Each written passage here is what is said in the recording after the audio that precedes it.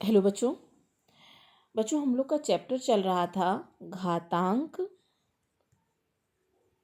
तथा करणी। ठीक है, घातांक तथा करणी, जिसको हम लोग एक्सपोनेंट और रेडिकल्स भी कहते हैं या फिर सर्ड्स भी कहते हैं। करणी को रेडिकल्स भी कहा जा सकता है और सर्ड्स भी कहा जा सकता है। ठीक है, तो इस चैप्टर में बच्चों हमारा जो नेक्स्ट टॉपिक है वो है करणी चिन्हों का, करणी चिन्हों के नियम। जो करणी के निशान है हमारा, कौन सा निशान, ये रूट का निशान, इसके क्या नियम है। अगर इसके अंदर कोई नंबर्स लिखे होते हैं तो उनको हम लोग किस किस तरह से और लिख सकते हैं या सॉल्व कर सकते हैं। ठीक है, तो इसके 3 नियम हैं बच्चों। पहला नियम है हमारा, ठीक है, पहला रूल है कि अगर कोई करणी ए है, उसकी घात कितनी है n, ये इस v सिंबल के अंदर आएगी घात।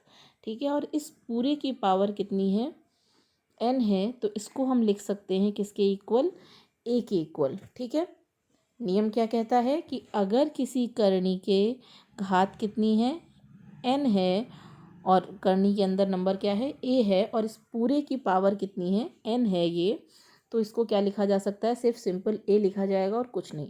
अब ये आया कैसे, ये देखते हैं।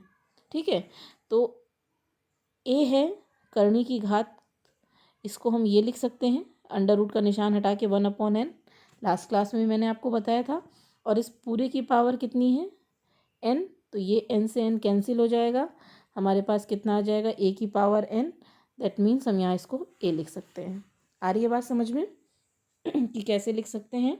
जब ये किसी भी नंबर से अंडर रूट का निशान हटाते हैं घात के साथ, तो जो भी नंबर यहाँ पे होता है उस नंबर की पावर कितनी हो जाती है, वो जो घात है यहाँ पे वो 1/n में आ जाती है। तो जैसे यहाँ पे अंडर रूट n था, a की पावर क्या हो जाएगी 1/n, और ये वाला जो n है हमारे पास, ये n, ये इस n से लिया गया है। ठीक है, आ रहा है समझ में। नेक्स्ट हमारा नियम क्या है बच्चों, सेकंड नियम है हमारा करणी का, कि अगर 2 करणियाँ हैं, ठीक है, और वो इस तरह से लिखी हुई हैं, ठीक है, और करणी की घात क्या है, सेम है। यह देखिए, अंडर रूट में a है, इसकी भी घात n है, अंडर रूट में b है, इसकी भी घात n है। तो इसको हम लोग क्या लिख सकते हैं, एक करणी के अंदर करणी की घात n a इंटू b लिख सकते हैं। ठीक है, 2 अलग अलग करणी में नंबर हैं लेकिन उनकी पावर सेम है, तो उसको हम लोग एक साथ मल्टीप्लाई में करके लिख सकते हैं और उसकी पावर क्या हो जाएगी, n हो जाएगी। आ रही है बात समझ में। तीसरा नियम बच्चों क्या है, तीसरा नियम है कि अगर सेम यही करणियाँ 2 नंबर्स अंदर के करणी के डिफरेंट हो लेकिन उनकी पावर अगर सेम होगी, n है, तो इसको हम एक सिंपल बड़ी करणी के अंदर घात n a/b के फॉर्म में लिख सकते हैं। ठीक है, आ रहा है समझ में। अगर 2 करणियाँ अलग अलग हैं, अपॉन में लिखी हुई हैं इस तरह से, उनकी पावर सेम है, ठीक है, तो उसको हम इस तरह से करणी की घात n a/b के फॉर्म में लिख सकते हैं।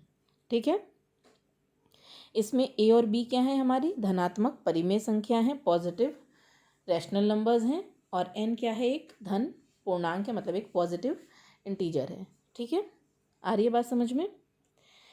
इसके आगे बच्चों इसी नियमों पे बेस्ड हम कुछ क्वेश्चंस करेंगे नेक्स्ट वीडियो में। तब तक के लिए बाय बाय।